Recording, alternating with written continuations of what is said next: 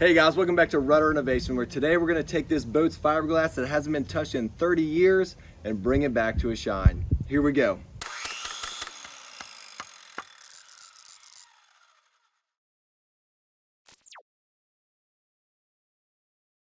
All right, to start this process, I'll remove this sun visor just so we can see what we're working with and what we're trying to work towards. This is the original polish of the boat. You can see it's really shiny. Here's all the oxidation. So what we're gonna do is try and make this match that. And the first thing that we're gonna do is we're gonna start by using some soap, just heavy degreasing soap, and we're gonna wash down the boat.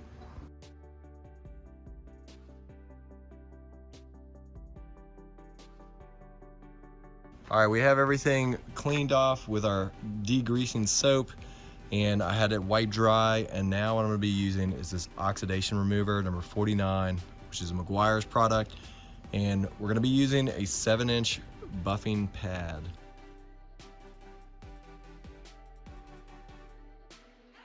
All right, we've taken about 5 passes with the Meguiar's oxidation remover buffing compound, and here's the original shine that was covered with the windshield. You can still see a defined line where the windshield was compared to where I've been buffing, and it's definitely shinier here than where I've been buffing.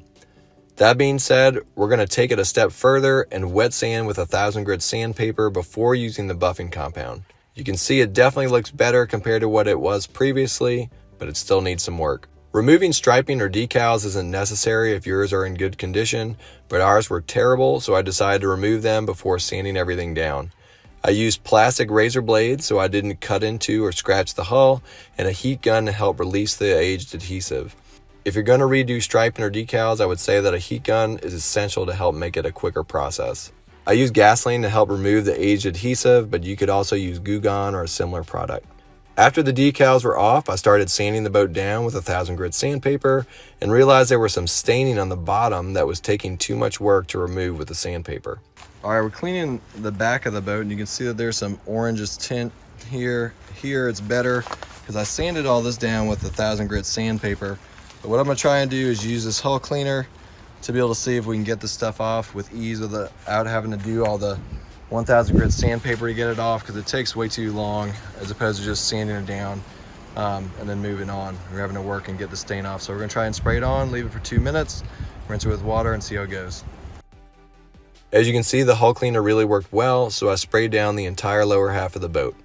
Keep in mind that products like this are typically acid, so use proper protective equipment and read the label before use. After spraying it down, I rinsed it off, and if there were stubborn areas, I repeated the process. Next, I started the process of wet sanding the boat. I tried creating mental stopping points on the boat, such as the end of a rail or getting to the tire on the trailer, so I didn't lose track of what I've already sanded. This helped me ensure I methodically sanded and wouldn't miss any areas by getting too far in front of myself. Get the boat nice and wet so that the sandpaper glides along the surface, and use circular motions so you don't create a pattern of scratches by sanding back and forth in the same direction over and over. During wet sanding and the buffing process, you're actually removing the surface level of the final gel coat on your boat, and will see the color coming off on the sandpaper and buffing pad as a result. This is totally normal, and you will need to continually rinse off the sandpaper as you work your way down the boat. Gel coat should be thick enough to endure this process, but you definitely don't want to sand so much in one area that you go through the gel coat. Take your time, and I'd strongly encourage you to do a test area prior to doing the entire boat. As you're using the 1000 grit wet sandpaper, it kind of feels almost like the sandpaper wants to stay on the boat and not go with my hand. And at a certain point, when you can tell that it's smooth, it kind of just glides over the surface and stays with your hand. Also, the more water you use, the more lubrication you're going to have to keep the sandpaper going. But there's a noticeable difference when you're sanding over a lot of oxidation versus whenever that oxidation starts getting removed and it becomes more of a smooth surface. You're gonna go in circular motions. You don't want to just do this. I've heard that you can leave fingerprint marks there from just going back and forth. So just do circles, and you're gonna just work your way on every square inch of the boat until it's completely covered.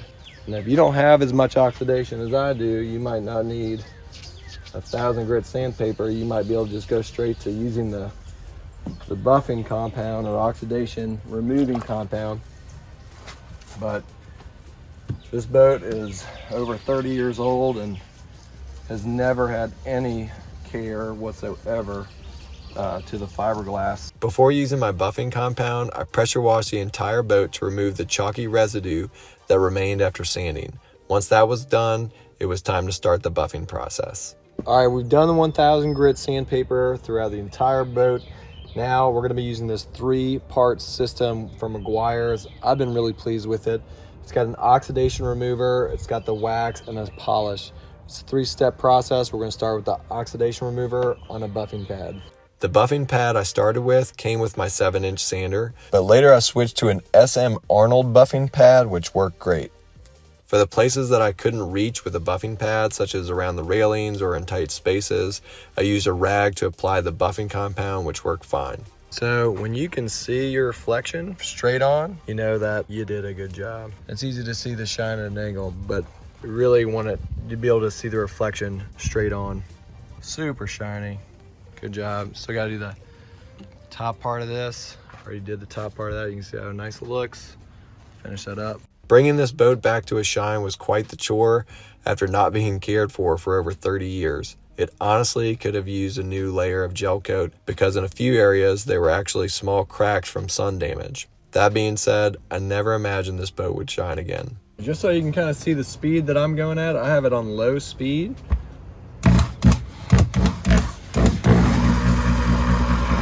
This is just a Harbor Freight 7-inch sander. And I have the polishing pad that came with it on there.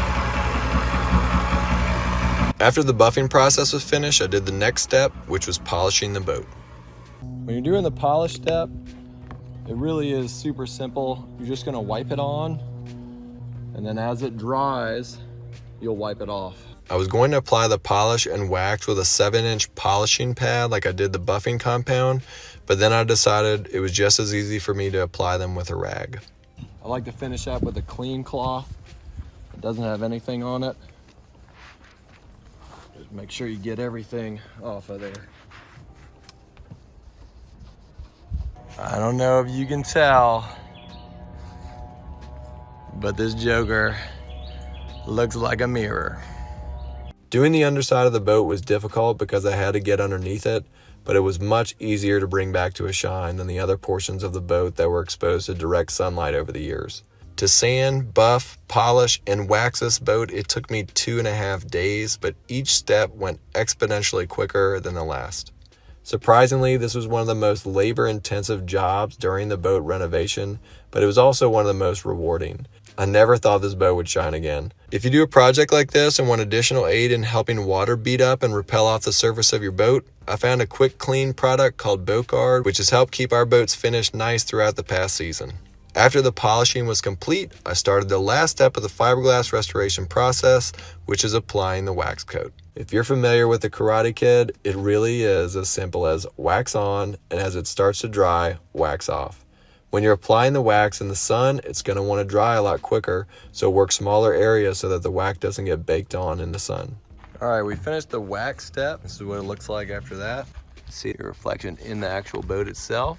Once I was done restoring the gel coat, I reinstalled the striping, and here are a few tips if you have to do the same. When you're doing the thin pin striping, especially on curves, it's a lot easier than anything that's thick.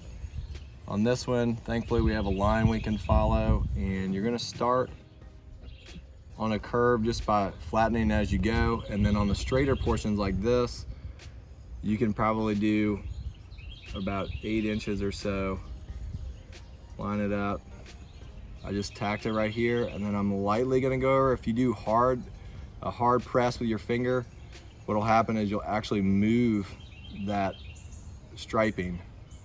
So you do a light press first, then go through, and you'll just keep doing that all the way. If you decide to replace your striping, I use a company called Letters Unlimited at vinylstriping.com, and so far the striping's held up, but it's still within the first year. To cut, you can use a razor blade like this, make a straight line. This is a metal ruler, and we're just gonna cut just where the vinyl is. It should come right off. All right, guys, this is what the boat looks like almost 1 year later. Restoring the boat was a super long but rewarding project, and I'm glad it's finally finished so we can get out and enjoy the water. If you'd like to see some of the upgrades we've made since we finished this project, such as our upholstery or new gauges or even common repairs for outboard engines, feel free to check out the channel and drop a comment. All right, guys, I hope that video was helpful for you. If you have any questions, feel free to comment below. If you like this video, like it. If you're watching on Medium, you could subscribe. Feel free to subscribe, and we'll see you next time. Peace and God bless. Ooh, shiny. Just like Mr. Miyagi, wax on, wax off. You put wax on, and then you take wax off.